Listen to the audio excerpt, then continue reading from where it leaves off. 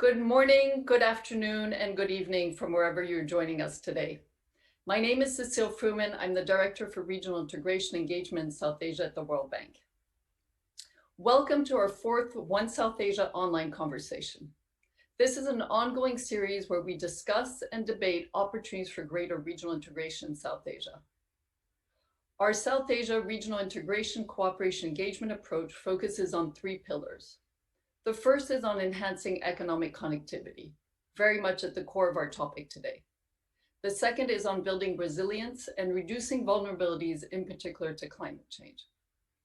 And the third is on enhancing regional cooperation on human development. A key plank of our approach is gender equity and women's empowerment.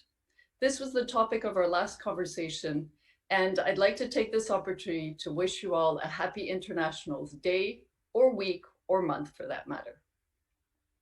Today, in the next 75 minutes, we will talk about how transport integration in Eastern South Asia has the potential to transform connectivity and trade and to impact millions of lives. Our discussion will center around the new World Bank report, Connecting to Thrive. The report, which was launched yesterday and has been picked up in the media quite extensively, presents innovative analysis of the building blocks of seamless regional connectivity. By filling important knowledge gaps, the report seeks to strengthen the economic considerations that go into the design and implementation of regional integration policies in South Asia. It provides detailed analysis of Bangladesh and India, but most of the findings and recommendations are relevant for the entire Bangladesh, Bhutan, India, and Nepal subregion. The report was prepared with the generous support of Australia's Department of Foreign Affairs and Trade. So before I introduce our speakers, let me remind you that you can send your questions to onesouth.asia@worldbank.org, and we will try to address as many as possible. We are joined today by the two main authors of the report. They are Matias Herrera Dape, Senior Economist, and Charles Kunaka, Lead Private Sector Specialist. And we also have an amazing panel of experts. Ambassador Vikram Kumar Doraiswamy, the High Commissioner of India to Bangladesh, Ms. Nihad Kabir, President of the Metropolitan Chamber of Commerce and Industry in Dhaka, Bangladesh, and Ambassador Tariq Karim, the former High Commissioner of Bangladesh to India. Welcome all, and thank you for joining us today. And to kick off our conversation, I would like to turn to Hart Schaefer, the World Bank's Vice President for South Asia, for his opening remarks. Thank you very much, Hart, for joining us today, and over to you. Thank you very much, Cecile, and a good morning, good afternoon, good evening to all the esteemed panelists and the audience that is with us as we are launching this very important report. Transport is vital for economic development, it is vital for poverty reduction, and it is vital for shared equality. And this report is central to our South Asia regional integration strategy. This new report, Connecting to Thrive, highlights the vast economic benefits to Bangladesh and India that could result from seamless regional connectivity. I want us to imagine and remember our last trip to Europe. On the Autobahn in Germany, we are passing trucks with license plates from all over Europe: Poland, Czechoslovakia, Hungary, the UK, Ireland, Austria, Italy, Greece, and so on. We see all these trucks crossing borders, very often several borders in Europe within hours to get their freight from the producer to the consumer. Now, if we shift to South Asia, we hardly ever see trucks with foreign license plates in one country. In fact, trucks from India are not allowed to use roads in Bangladesh and vice versa. Instead, the pictures that we are seeing is 5,000 trucks lined up, not for hours, but for days at the main border crossing between India and Bangladesh. It takes as many as 20 days to get your freight across the border. Something that anywhere else in the world takes maybe a couple of hours, takes days because the freight needs to be transloaded from one truck with a Bangladesh license plate onto the India truck in order to continue its journey to India and through India. The report calls this thick borders. What is a thick border? First of all, it means that the transport is not seamless, and it's not seamless in South Asia. Cargo crossing is, as I said, measured by days. And in fact, the transport cost in South Asia is amongst the highest in the world. And this is reflective of the low intra-regional trade that is also happening. I've talked to businesses in Sri Lanka who are saying that to get a container from Sri Lanka into the center of India takes longer than to get that container anywhere in Europe. When we look at the cost from the perspective of a business, then we see that it is 17 to 20% more expensive to trade with India, if you're a Bangladesh company, to trade with India, than to actually trade with Germany or countries in Europe.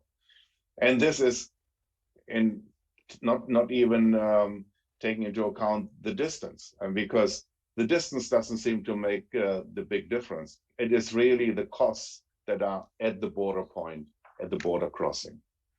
But then, if we've looked at the news recently, there are actually very positive developments. Only days ago, Prime Minister Modi and Prime Minister Sheikh Hasina inaugurated the Feni River Maitri Bridge. This is a bridge between India and Bangladesh that can make a huge difference for those businesses that are trading in this area, because it allows to shorten the distance to some of the ports in Bangladesh for Indian businesses. And what it also shows is that infrastructure is absolutely essential, but more needs to be done. It takes more than bridges and roads. And one of those examples that has huge potential is the Bangladesh, Bhutan, India, Nepal Motor Vehicle Agreement, the MVA. It is an example that could bring transformative change to those countries, in particularly to India and Bangladesh, and that's what we are going to hear about today. But there are gaps in the MVA, and I think it is important that we talk about how those gaps can be closed. One such gap is to allow vehicles from Bangladesh and India to use the road network of each other. This will eliminate the lengthy and costly transloading. It will shorten the transport routes, because right now the distance from Agartala in the Tripura state in the northeast of India to the Kolkata port is 1,150 kilometers longer than what it would take if we were able to go through Bangladesh. In fact, if the borders were open to trucks, some of the businesses in the northeastern part of India would probably want to use the Chattogram port in Bangladesh, and that would reduce costs of transport by some 80%. So what does it take to make it happen? As I said earlier, some of the gaps require that there is more flexibility given to the businesses, to the transporters, to the shippers, to use the routes of their choice instead of being predetermined that they have to take certain routes. The other one is to make more use of the digital opportunities that exist. Right now, the MVA requires 11 documents in hard copy to be carried on the vehicle. Now, can you imagine what simplification this would be if we were using digital data exchange between two countries? That would mean that the border processing would be already prepared while the truck or the container is en route. And then we also need to make sure that the standards for vehicles, the standards for roads, for axle load, for bridges are the same on both sides of the border, so that a truck that is allowed and admitted on the roads in Bangladesh or on India is also able to use the road network on the other side. I want to close with one important side benefit. And that is because it is International Women's Day, it's International Women's Week. I want to stress the importance of those road corridors, not only to get the freight faster from point A to point B, but along that corridor. And we have seen that in other parts of the world. This is an opportunity for businesses, this is an opportunity for commerce, and very often it is women-owned and women-led businesses, for instance, in the agricultural and agro-processing sector, that benefit largely from being along such a road corridor. And we have seen that that means improving the livelihood, improving the earning capacity of those women. And it is an important contribution to closing the gender gap. So today, I'm eager to hear from our esteemed panelists what they think about the MVA, what they think about the prospects of making it fully functionable, and what they think about the impact it will have for the people of India and Bangladesh. Thank you very much, Cecile, and I look forward to a very interesting discussion. Thank you.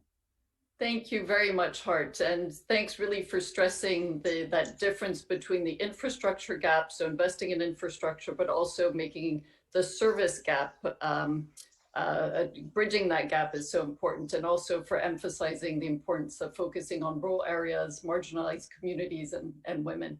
So with that, I'm going to turn to the authors of the report. We're going to start with you, Matthias. Over to you.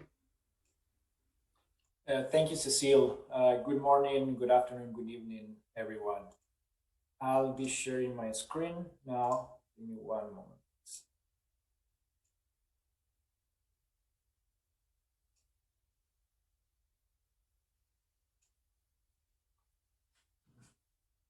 Thank you. As Hart had clearly stated in his remarks, the Bangladesh-India border, which is the 5th largest border in the world, is quite thick. Meaning that it's quite expensive, quite costly for India and Bangladesh to trade among them, and it's more costly than either of them to trade with Germany. There are two main reasons here. One is on the trade side, the high tariff, para-tariffs, and non-tariff barriers that have been extensively shown in other reports from the World Bank and other institutions. And the other is the lack of transport integration. As Hart had mentioned, trucks are not allowed to cross the border. And it takes quite a long time to cross the borders here between India and Bangladesh for the cargo, because it needs to be transloaded from one truck to another. There needs to be done a lot of clearances, and their infrastructure in place also leads to significant congestion. At the same time, because of that, cargo going from the Northeast India to the rest of India or to global markets needs to go around Bangladesh through the Siliguri corridor, making it quite longer routes and taking much longer time than going, for example, straight to the Chattogram port. And so these constraints not only slow down transport, but it slowed down the economies. The bilateral trade between India and Bangladesh is quite low. It's just 10% of Bangladesh total trade and 1% of India's trade. When you look at Southeast Asia or Sub-Saharan African economies, their economies on average trade with their neighbors. It's about 50% to 20% of their total trade. Also, as we know, the states in Northeast India, because of the limited connectivity, they lag behind the rest of India on several economic and development outcomes. These constraints to efficient trade and efficient transport also lead that factories, warehouses, production centers are located in different places, just driven in order to reduce the transport cost, leading to an efficiency in the allocation of inputs across sectors, firms, regions, which leads to lower productivity and therefore lower competitiveness of these economies. We look in the study at what would be the benefits of easing the border restrictions. And we look at 3 different scenarios. And basically, the conclusion is, as we could imagine, the benefits will all depend on how the integration takes place, how the road transport integration takes place, what is the level of restrictions that they are removed. If we look at sort of a best case scenario, one of what we call full integration, where trucks will not need to stop at the border at all, and the cargo will be cleared by customs at the destination. In those cases, we see that the income at a national level, at the aggregate level for each country, you could think about GDP, in Bangladesh will increase by almost 17%, a one-time increase of 17%, and in India, close to 8%, which are significant gains. If we look at 2 other scenarios, for example, one where the trucks only can use certain border posts, which is what is being considered by countries to limit that to certain border posts. And there are some restrictions removed, but still trucks need to spend about 10 hours, let's say, at the borders. That leads to lower gains, these blue bars, which are between 2/3 to 3/4 of the gains under full integration. But if the integration is not so efficient, as we said, and trucks still need to spend like half of the time that they spend today at the borders, which is still a lot, the gains will be only about 20% of the potential gains under full integration. So how the integration is done has significant effects on the benefit. So that is quite important to keep in mind. Also here, we are talking about just the aggregate gains for each country, for the entire country. And people will be thinking, okay, but which regions of the country, who will benefit from this? So we look at that, and we saw that transport integration will affect regions in each country differently, with some regions gaining more than others, but most of the regions in the countries will gain. Here we see the changes on real incomes of different districts in Bangladesh and states in India. And you could see that in Bangladesh, entire Bangladesh will gain, with the districts on the east gaining more. Particularly, you see Dhaka and Chattogram, that are the ones who already concentrate a lot of economic activity. They are the ones, because of agglomeration, benefits will benefit even more, but entire Bangladesh will benefit. And you could also see India with West Bengal and the northeast states close to India, close to Bangladesh are the ones that benefit the most. But you also see states further away from the border with Bangladesh, like Uttar Pradesh, Maharashtra, and others that also benefit from the integration. So are gains for everybody, not just those at the border. But as it was mentioned before, I mean, integration could transform regional transport. But yet the corridors, the regional corridors that will materialize alone might not bring the level of economic activity needed to develop the local communities. If we look at this map just to the southwest of Bangladesh, where all the main corridors will go through, we see that the level of employment might decrease because people will move towards the east of Bangladesh because there will be better opportunities.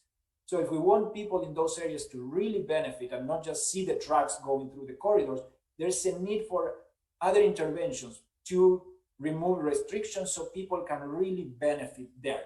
Local communities, women, and everyone there can benefit. We also went even deeper and look at what would the shippers and carriers in the region want to use, which roads, which modes, how they would like to move freight. And two main messages here that we got are, first, trucking is still today is the main mode of transport, and it will continue to be the main mode of transport.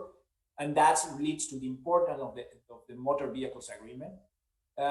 Also, shippers and carriers will really prefer to go through Bangladesh, which is much shorter, but the corridors that they prefer are not necessarily the ones that they usually talk about, which are for example, the Sile to Benapol corridor, but they prefer to come from the north of corridors from the north of Bangladesh to lead towards the west of Bangladesh to go by shorter routes. They will also prefer the Chattogram port over the Kolkata and Haldia if they could use those. And they also would like to use the coastal shipping directly from Chattogram to Kolkata for the bilateral trade. And I'll stop here and pass it to my co-author, Charles Kunaka, to continue. Thank you.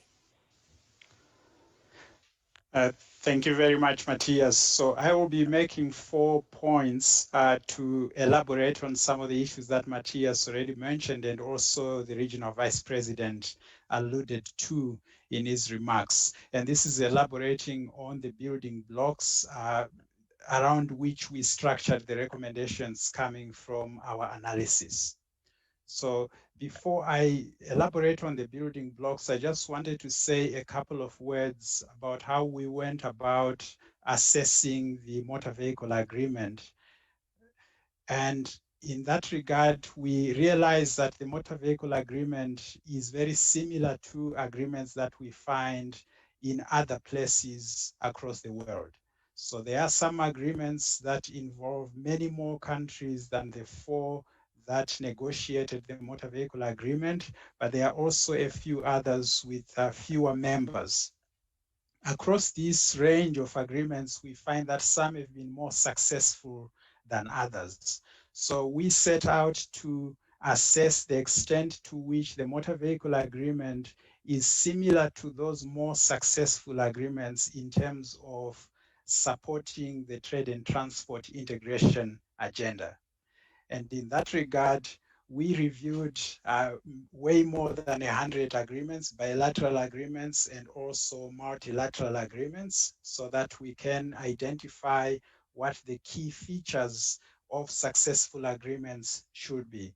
If you could please move to the next slide. And the analysis that we followed here, that we developed together with the World Trade Organization and the International Road Transport Union some years ago, is a quantitative approach. And this offers us some possibilities to see what we eventually identified as gaps, but also some of the opportunities that are there to improve the content and the provisions of the motor vehicle agreement. So on that basis, we looked at these 11 criteria that we came up with from that review of this body of bilateral and multilateral agreements, and we scored the MVA against each one of those criteria. And very quickly, we concluded that the MVA is actually a fairly solid and sound agreement. It had a score that was just below the average that we could obtain for the multilateral agreements that we have out there. If you could please move to the next slide. And the score that we obtained for the MVA was 52. It was, as I said, just less than the average that we obtained for the set of multilateral agreements against which we compared it. But at the same time, there are also some agreements that are not as good as the MVA, but there are a few others that had a much higher score compared to the MVA. And not surprisingly, as the regional vice president already mentioned, and also Matthias mentioned, some of the regions that have got much more intra-regional trade as a proportion of their total trade are the ones where you find the agreements with the high scores. Next, please. So from this analysis, this then led us to sort of three main building blocks in terms of the recommendations that came from our assessment. So number one, the MVA, as I mentioned a minute ago, is a sound agreement based on our analysis. However, we acknowledge that, and we believe the countries are also very clear on this. It is only a step on the journey towards greater transport integration. So it is an important step, but it is only a step, and there is need to continue down this path and to reinforce, to revise, and to refine the content of the MVA. So what are some of the priority topics and issues that could be addressed? So number one, there are a few issues that need standardization so that we minimize the delays at the border posts. And this could be issues around the vehicle weights and dimensions. We also need to relax some aspects of the agreement. For instance, when you look at the trade flows across South Asia, they are becoming much more complex. And in order to support those complex interactions, there may be need over time to begin to relax some of the route designations, route prescriptions that we have. We already had mention of the importance of having a robust transit regime. And over time, what we've also observed elsewhere is the need for a greater emphasis on quality controls, quality regulation rather than quantity controls. At the moment, the MVA prescribes the number of permits that each country may issue, whereas in other regions, we find that the quality controls may work much better than the quantity controls. Next, please. And then the next bundle of recommendations here as a building block is on the connectivity of transport infrastructure and services. The regional vice president already talked about harmonization of infrastructure design, but in addition, we also find that there are a few choke points across the transport networks where the demand for transport and logistics services is way in excess of the capacity of the systems. So we also recommend here the need to expand capacity at strategic places across the transport network. Then the member countries also need to ensure fair competition, and the MVA already has some provisions on competition, but these could be enhanced. Importantly, and one of the main lessons from COVID-19 has been the use of information technology to also support the expeditious movement of cargo, of freight across many, many countries of the world.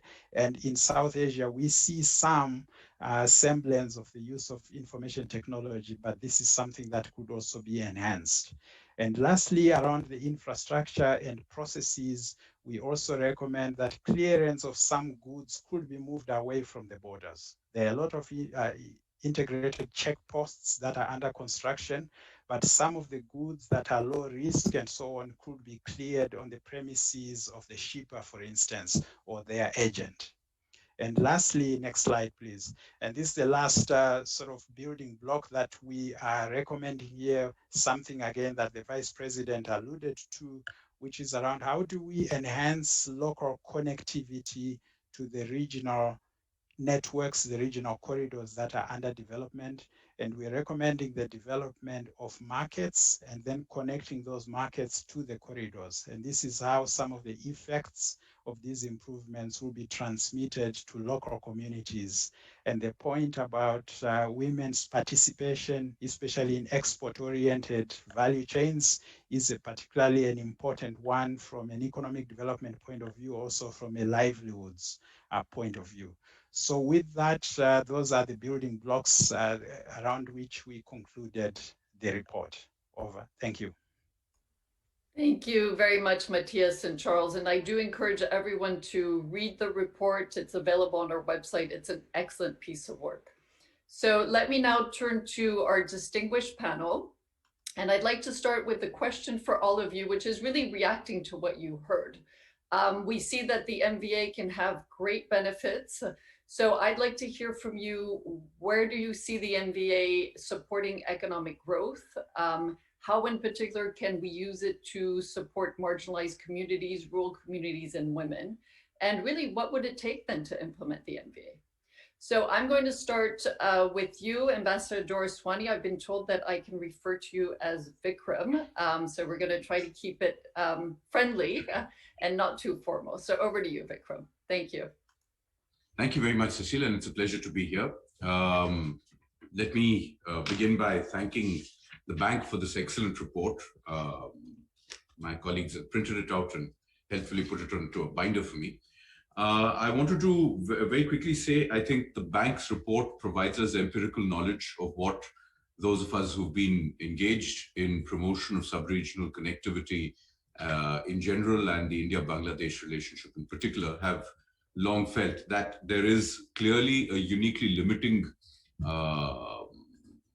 business has been uniquely limited by transportation challenges and by sort of the sort of architecture that has grown around connectivity in both our countries.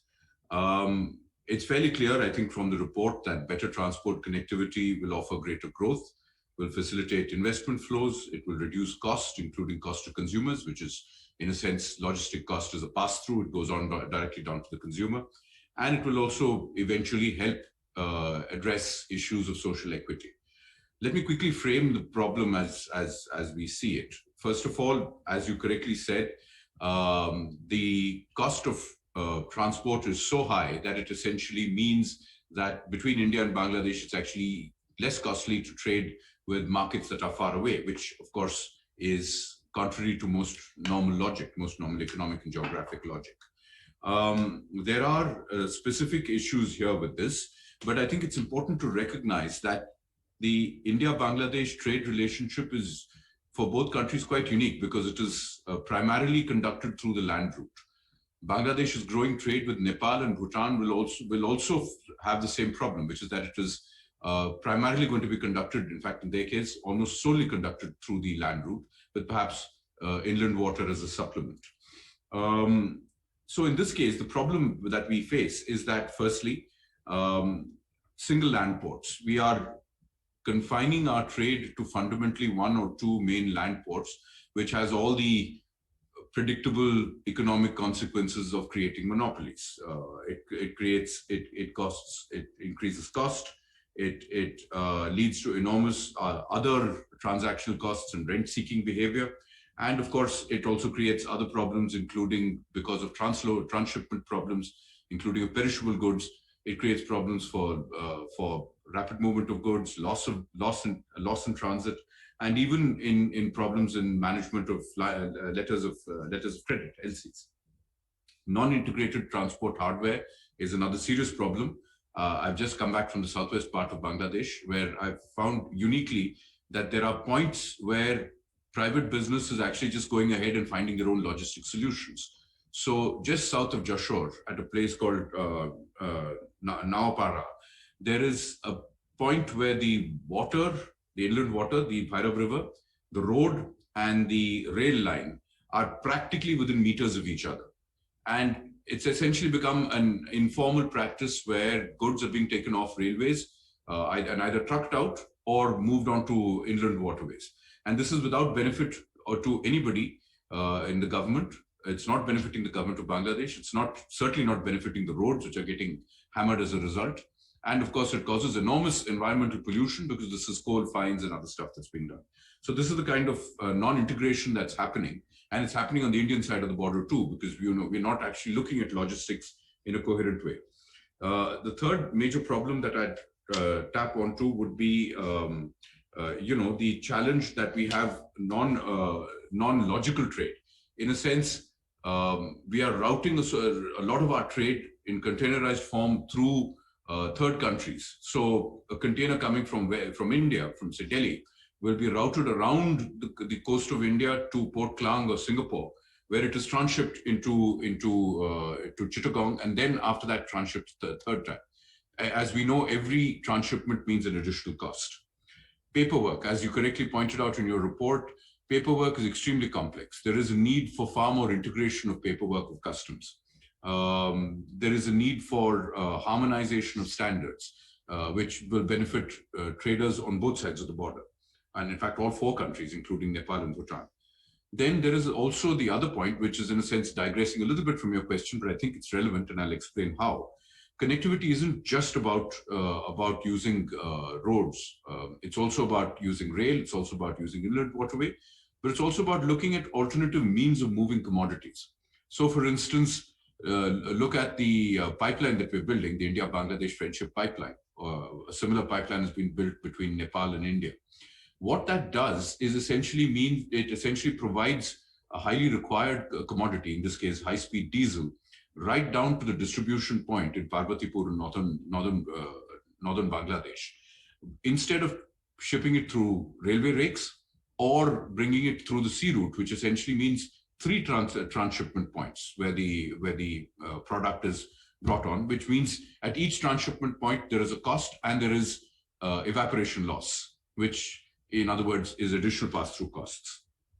So if you were to look at energy products as being connectable through new pipelines infrastructure, you would also reduce the pressure on other means of transportation. I would say, of course, the point that was made in the report that roads are extremely important and that the priority that is attached by traders to roads is true, but it's also a little self-referential because right now it's the only game in town. It is the one that is actually being promoted the most. But if you were to look at supplements like rail and inland water, there is a case to be made in Bangladesh, which has a colossal opportunity in all of this, given the compact size of the territory, the high population density. Bangladesh could be a transport and infrastructure, sort of connectivity infrastructure giant, and its economy could be powered by it. So I would see this as actually being, something where we need to move the dial a little bit to focus on some of the other means of transport and to try and see how we can have integrated mechanisms to bring all these transportations together. Let me quickly talk about possible solutions if I'm not exceeding my time limit. First, I think, as I've been suggesting, coordination of transport logistics, not just within a country, but across the sub-region. We should have a coordinated strategy where at least the 4 BBIN countries examine the current state of transportation infrastructure and see how best we can integrate and save money and save sort of, reduce choke points in transport. We could even eventually graduate to an idea of a sub-regional mechanism, which could have a master plan for transport connectivity, as Europe has built over the decades, which would essentially help bring professional management of the transport opportunity to transportation solutions. We should, of course, look at creating common standards, common infrastructure standards, using IT platforms to create common linkages for customs and for trade infrastructure, for trade documentation.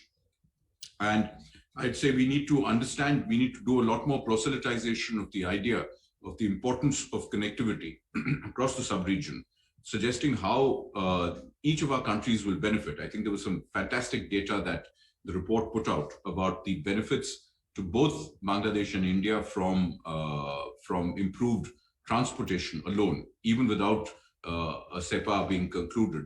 Just improved transportation would hugely impact upon economic growth.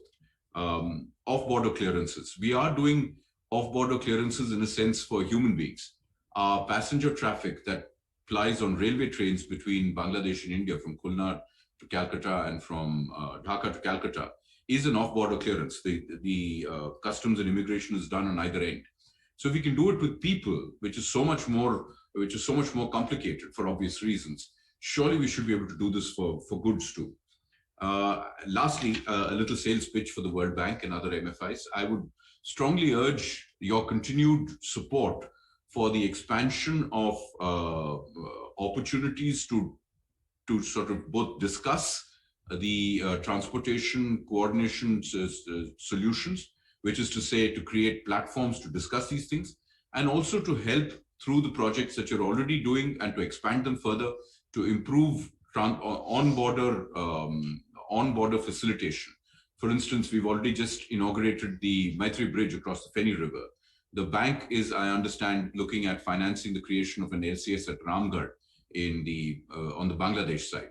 There is need for much more such investment, including, I would suggest, small labs for food safety testing on the border points, cold storage units, so that local communities who really depend upon these opportunities can actually get better price and assured movement of their commodities across the borders.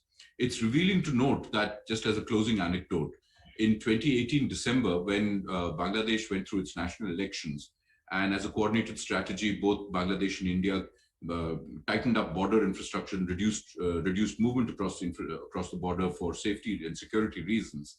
The price of fish went up 2.5 times in Agartala for that week or 10 days when it was closed.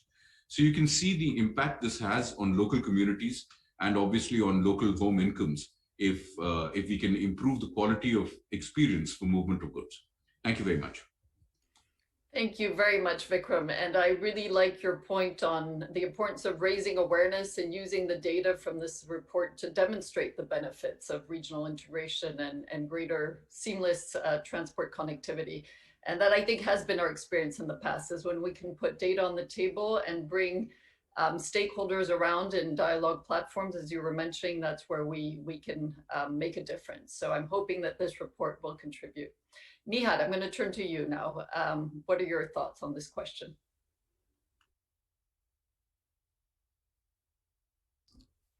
Thank you, Cecile. Good evening to everyone. This is a very interesting topic, and the 50th year of our independence. My mother, who's 85, who's from India originally, she still remembers the seamless connectivity from North Bengal to her school in Rajasthan by train, and rather rues the fact that somewhere along history has intervened, somewhere along politics has intervened, and we now need to roll those borders back in a certain sense. The fact that two of the largest economies of South Asia should get back together, and that this would be beneficial to the economic growth of both countries, is really a no-brainer. it should be a given.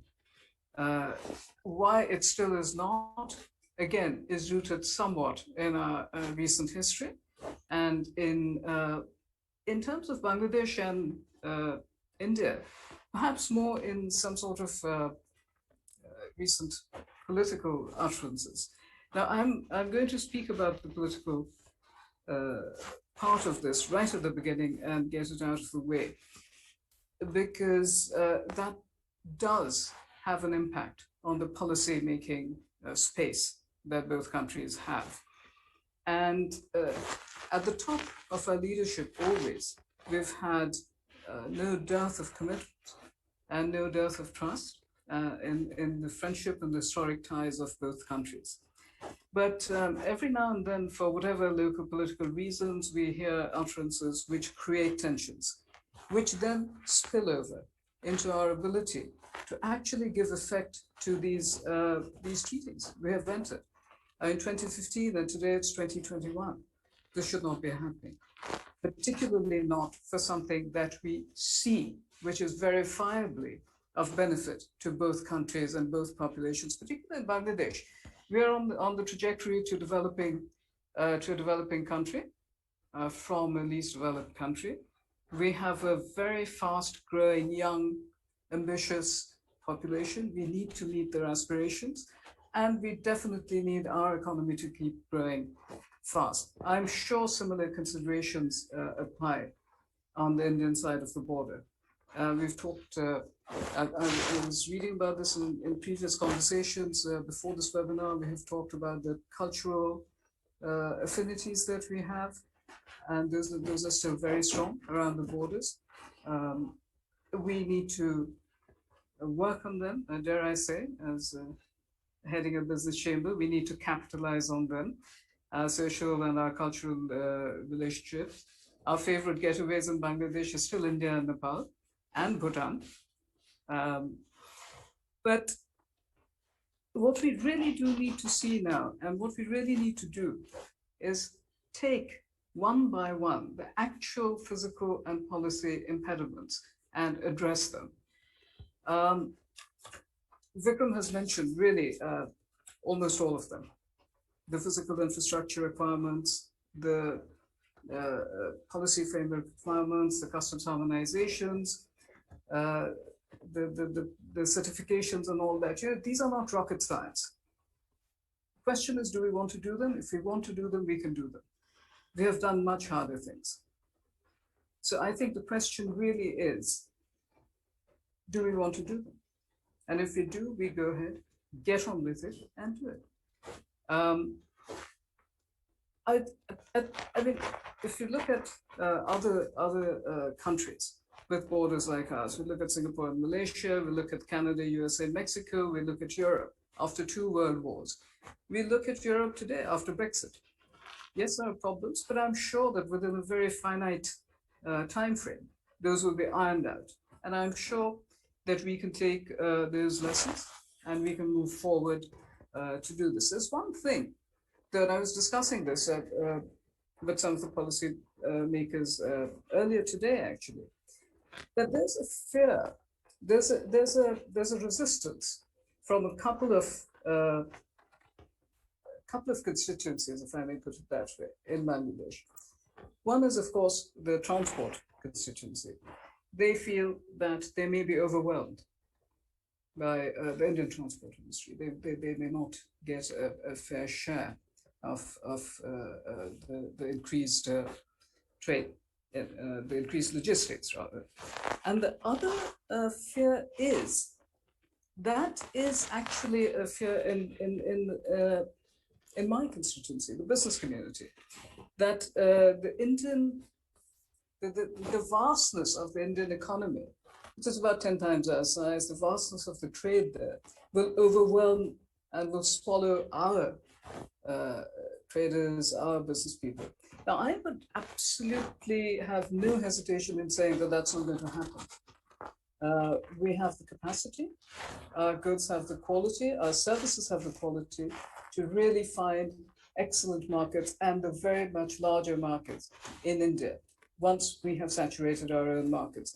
However, as Vikram said, that we need to proselytize a bit on that. And this is one thing that we really, really need to come up with and show our business community that this is going to be very positive for them, and there is not going to be a negative. So just overall global figures of regional trade, 5% between India and Bangladesh, 22% elsewhere, 40 to 50% in Europe. Those sorts of figures are not going to do it. We need to do research and data analysis and analytics on specific industries where we will see the most transactions between our two countries. Just one last point here, Cecile. I was a bit taken aback, slightly perplexed at the statement in the report that women face barriers to participation at the macro level. The main limiting factor is the strongly embedded social norm of parda. In today's Bangladesh, except for some pockets, I don't think that is correct. I think in the field of agriculture, that is absolutely not correct. And my assumption would be that women would very much, particularly in the cottage and micro industry sectors along these trade corridors, they would thrive. One word of caution, though, we would need to ensure that easier access does not lead to easier trafficking of women and children, which does happen. So let me stop there for a minute. Thank you. Thank you, Nihad. And I think, the point you make about really understanding who will gain from the reforms, who stands to lose or has a perception of losing, and understanding that resistance and giving those constituencies the data and bringing them along is so important, because this report does propose some pretty radical and significant reforms. So thanks for making that point. Over to you, Tariq.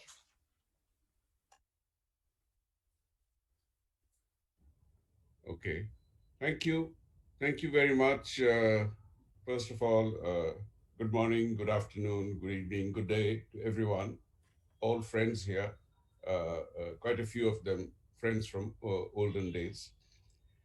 I think, first of all, let me congratulate the authors of the report. It is one of the best reports that I've read. Yes, Nihad raised a very pertinent point. Perhaps they didn't look so closely at that particular point as they could have, because it's not just in agriculture, in construction, in roads, road construction, building construction, everywhere you find women are there in sizable numbers.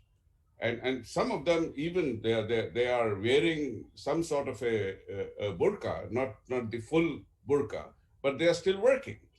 So I don't think that as an inhibiting factor is really a very large point over here.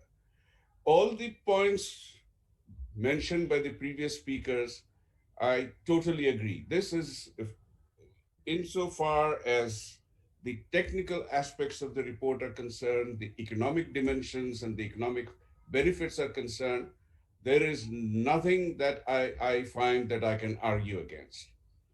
And reports similar to this, it's not that this is the first report that has come out. Similar reports have come out in previous times, perhaps with more limited parameters, but essentially pointing to the same. And various groups have published it, and yet it doesn't happen. My question, and I'm going to take a different track, my question, and I take this track because that's what I have to encounter on the ground, up front, when I went to India as High Commissioner and tried to change things. Why don't these things happen? I mean, I have seen how goods and trucks and services moved across highways and autobahns in Europe in the mid-70s. I have seen in the late 70s how those trucks with the TIR markings came out right up to the border of into Tehran from Europe and elsewhere. And I even witnessed the first South Asian motor rally flagged off in 1970 from Tehran all the way to Dhaka, I think to Chittagong. And that happened. It raised, you know, pictures of seamless connectivity finally arriving at our part of the world. And then it didn't happen.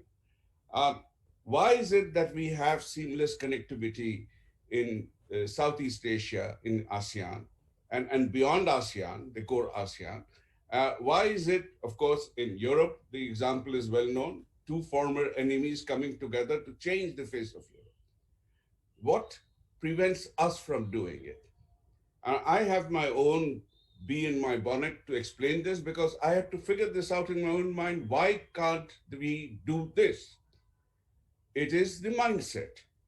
And this is a mindset which has come out of certain circumstances.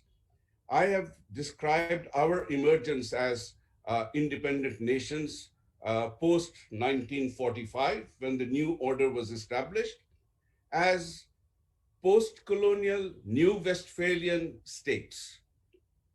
And I use this word very, very deliberately. Everyone in the Western world, particularly in Europe and in America and elsewhere, they are used to the Westphalian states. That's how the state system and the New World Order was configured.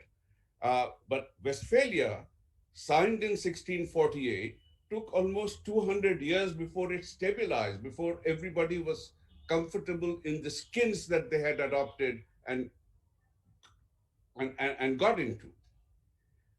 Over here, we are still very, very jealous in guarding the new identities we created for ourselves, in guarding the borders that we have for ourselves. We are still, in a sense, whether we are large or small, doesn't matter, very insecure of penetration of these borders by the others who were previously ourselves. And this, I think, is where we have to start off. Where do we find, how can we regenerate that there are commonalities which far override the differences that divide us? And this was the challenge that I faced when I went to Delhi in 2009. You know, in a sense, getting us to see each other as complementing each other was logically the right way to do it, rationally the right way to do it, but it needed a lot of doing. Vikram was also there for, we interacted in Delhi in those days. He will testify how very difficult it was, but then it happened. Why did it happen? Because there was an alignment of the political stars and an alignment of the thinking, and they came together and said, this has to be done. So in a sense, the political will coming and driving this has to be sustained. It has been there. A lot of changes have taken place since 2009. I mean, it's been phenomenal. Where you had no connectivity, you started getting some form of connectivity and moving. Even changing this mindset was a huge challenge. It's not that people in South Asia were not aware of the technical and economic necessities of reconnecting for trade and economic development. SARC had many ambitious projects, but it didn't happen. And in a sense, we realized, at least in Bangladesh, we realized that, okay, maybe the larger SARC will not realize, let us take a smaller chunk of it and move that way. And that is how the sub-regional project came up. Again, it happened, but it didn't happen because sub-regionalism was approved in 1997. A South Asian growth quadrangle was formed with Bangladesh, India, Bhutan, and Nepal. A council of ministers headed by the foreign ministers was set up. 4 or 5 designated areas of activities were set out, and then nothing happened. BIMSTEC was set up around the same time. And again, BIMSTEC had some ASEAN countries in it. And to begin with, only 3 SARC countries in it, and then 2 more joined. 2 SARC and then 2 more joined. Now, Tariq, I apologize. I'm going to move our conversation along because we still have a lot to cover. So Okay. thank you. So I would say getting to change the mindsets is where it has started working. We are getting into the seamless connectivity. We are still a ways off. We are realizing that, okay, we have to sort of recapture what was there before. It's not that things had to be rebuilt. We had destroyed what was there. Now we are reviving those that we had disappeared. We are reconnecting the railways. We have discovered that we had coastal shipping. The coastal shipping actually enhances the inland waterways. And of course, we are gradually and progressively expanding the scope of the inland water trade and protocol.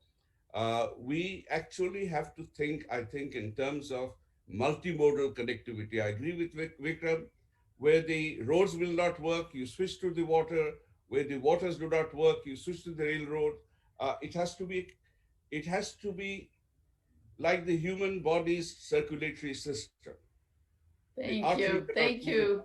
So Thank you very much, Tariq. So I think points well taken, importance of evolving mindsets, getting political will, and using multimodal options. I want to just quickly turn to Charles and Matthias on the question of posed by Nihad on Purda, so that we can address that point specifically. And then also if there's anything you've heard in the conversation that you want to respond to.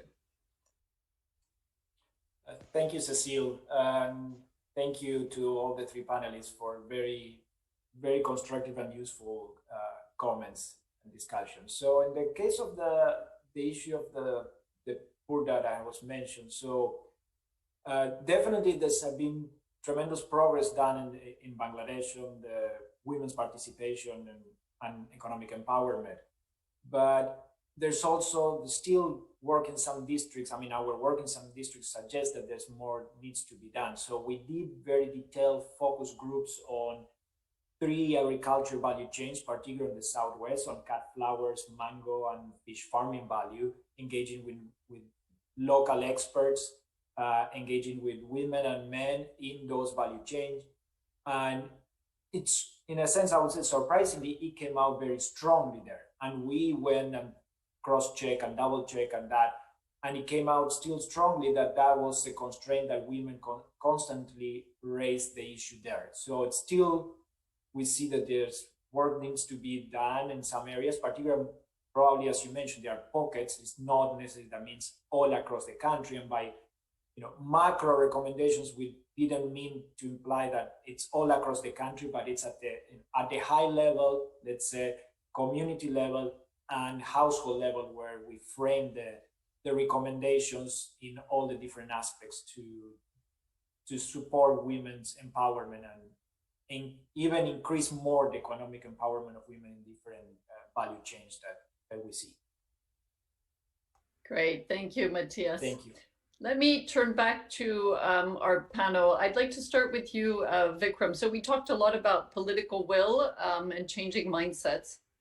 From an India perspective, how do you see the role of the federal state and the states, in particular of the Northeast India, and how can they help implement these key reforms?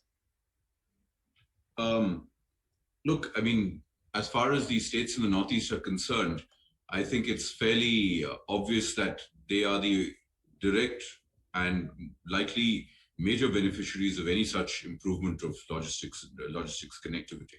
They will benefit both from access to the ocean through Bangladesh, but also as a facilitator of traffic and transport between Bangladesh and our mountain neighbors, Nepal and Bhutan. So, in particular, Assam will benefit from it, but so too Meghalaya and West Bengal.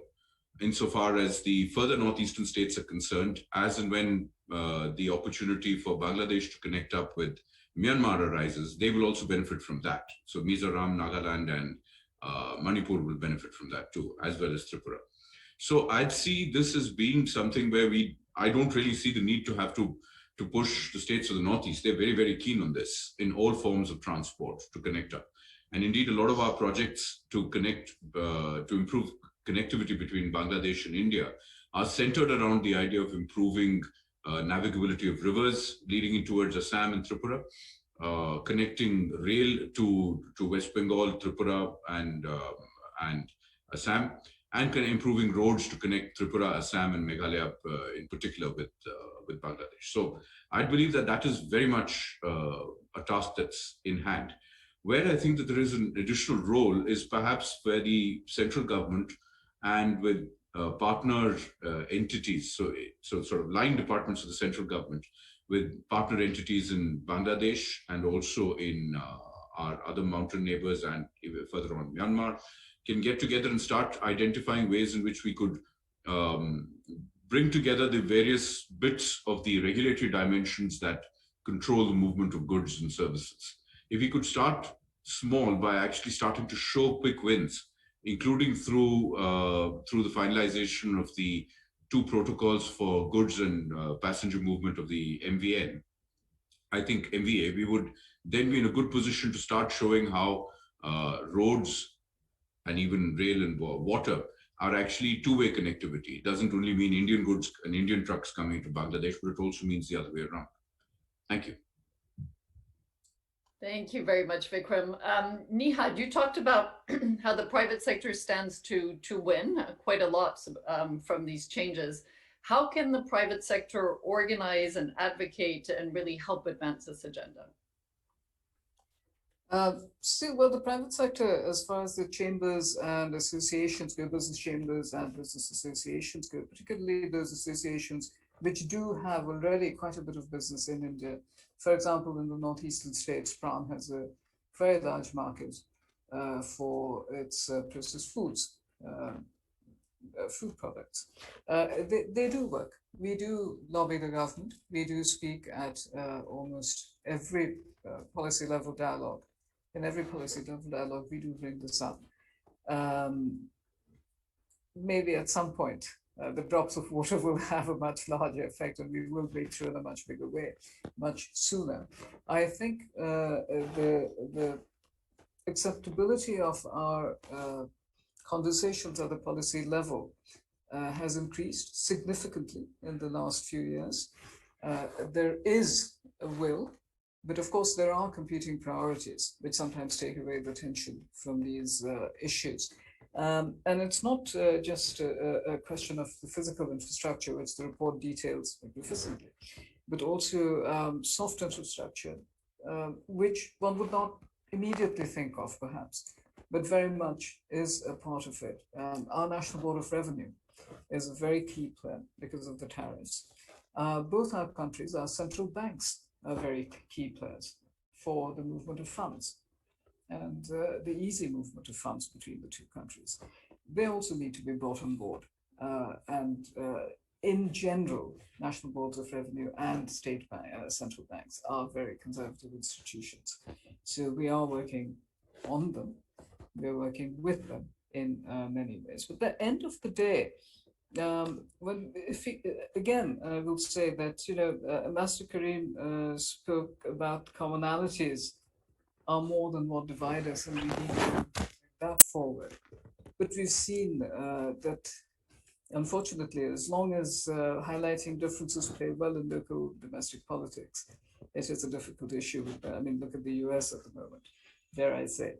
But again, since the top policymakers and top politicians and a very large number of the players in the business arena are of one mind, I believe now, these hurdles can definitely be overcome. We've talked about the Northeast states. Vikram was saying that they're very interested. We don't have to persuade them. But we in Bangladesh also want access to the rest of India because we want a big market. So we are working on these dialogues, and everything will work much better if we can actually demonstrate one or two, not easy wins, but one or two big economic wins for both sides, I think. And if we can target something like that, and have a demonstration effect. I think that will really work wonders for both sides in changing that mindset. Thank you very much, Nihad. Tariq, sorry, Vikram in his remarks earlier mentioned a few areas where he would see institutions such as the World Bank playing a more active role. You know as well, you know the international organizations well. What would you want us to be investing in the future? Well, promote more of these dialogues. See, one of the problems that faces is the lack of, I won't say lack of information, a lack of comprehension of the information that is coming. Nihad mentioned a very important point. You know, basically human beings say, what's in it for me? So you have to address the communities which are likely to be affected most to say, this is what we are going to get out of it. And, you know, nothing succeeds like success. I absolutely agree that we have to demonstrate not a whole plethora of successes, but just a few things, because each success actually opens the door to subsequent successes taking place. That's been my experience dealing with it. And certainly insofar as the Northeast is concerned, I mean, I've been attending several conferences recently and consistently in the last few years. The desire to connect is overwhelming. It's right from 2010, I can remember, we need to connect, we need an outlet. And I always kept saying that, look, the narrative of your being landlocked is a very recent narrative. It's less than 75 years old. We were always water-linked or multi-linked. Even Bhutan was water-linked with Narayanganj and Calcutta ports. Okay. We lost all this. How can we regain this? And I think more and more people are becoming aware of this. How do we trigger this? Bangladesh is positioning itself to be the natural hub of connectivity between not just the Northeast, the whole of India, and Southeast and East Asia. And in this sense, developing the potentials that exist here. I mean, we are building the Matarbari port. We are the two of the mightiest rivers that we have. One is complete and operational. The second one, we realized what were the shortfalls in the first. We have addressed those. Should be commissioned within a year or so. Once that happens, and then there are smaller rivers being bridged. The Feni River. I still remember the conversation with the Chief Minister. Thank you, Tariq. Sorry, I'm going to have to interrupt you again. We have only 5 minutes left, and I have one final question for all of you. I'd like you, this is just rapid fire. What are the top 3 policy actions that you would like to be seen taken in the next, say, 12 months to help advance this agenda? Vikram. Sorry. Well, as I suggested, I think first and foremost thing that we could probably do is to try and simplify the processes by which goods cross borders. In other words, decongest or deprioritize the 1 or 2 single border crossings that are serving. Something wrong? No, you can proceed. Thanks. Okay. No, so it sort of beeped. What I was trying to say is basically if all our goods are being funneled through one very narrow choke point, we are essentially creating a larger challenge. So I put that as issue number 1. Issue number 2, I'd say, is if we could expand very rapidly towards some form of multimodal connectivity. I think that would be a very quick win. And third, if we can at least finish the 2 protocols that both Bangladesh and India are now fully on board, and if we can bring on board our Nepalese and Bhutanese partners in whatever format they're willing to take it, to complete the protocols on passenger movement and on goods movement. And an enabling agreement has also been suggested. So we can do this in the next 6 months. I think this would be a huge opening to start the process of showing quick wins, as Nihad suggested. Thank you. Thank you. Thank you, Vikram. That's a very clear agenda. Nihad, your top 3 policy recommendations or quick wins. Adding to what Vikram said about decongestion, target the infrastructure at those ports. not just for goods, but for the human beings who actually have to live, have to work there. Nobody actually lives in those places. The customs people, the bank people, nobody. Target that. Number two, keep this dialogue going, but keep the topic in the public information space, but also take it local. Take it to the people who may be afraid, like the transport associations. Take it to the localities who will benefit, and keep this dialogue going. Actually, that's two, but I think that's good enough to be going on with. Thank you. Great. Those are two ambitious ones, so they count for three. Tarek, what are your top three? You're mute. You're on mute. Sorry, Tarek. Yeah. Assuming that we are moving towards seamless connectivity. And as Vikram said, we will move to multimodal connectivity, each supplementing and complementing the other.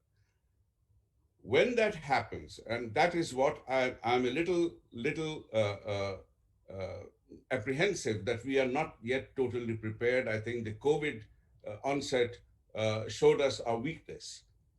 We have to have very quick processing of all the formalities. This has to be done in real time. We need to build and develop a digital highway which will be able to cope with that increased traffic. And that increased traffic will be exponentially higher than what it is right now. I don't think we are still prepared for it. And from my experience, you set out something, you set out a goal, people expect something to happen. If it doesn't happen, it has a backlash which is more difficult to overcome. So we should start preparing now for that increased flow in traffic to happen, and that will happen. I'm absolutely convinced. Bringing the benefits of what's going to happen, also put it out in the public domain. People, their mindsets are crumbling now. The old mindsets are crumbling. They're looking at a larger world. Just build on that, facilitate more dialogues at every level and I agree with Nihal. Local level is the most important level. If they become the champions of this and start demanding it, it's going to travel up. The process has to be bottom up rather than top down. Thank you. Thank you very much, Tarek. So with that, I'm going to bring this event to a close. I'm not even going to attempt to summarize. It's been so incredibly rich. I really want to thank our panelists. I want to thank the authors, and I want to thank my amazing team that has put a lot of work into organizing this today, and the World Bank Conference Services. We will be posting this event online on the same page. And if you have any feedback, please do email us at onesoutheasia@worldbank.org. You can continue to follow this discussion on social media with the hashtag OneSouthAsia. And we are planning our next event for May, so stay tuned for that. And thank you again very, very much. This has been an amazing conversation.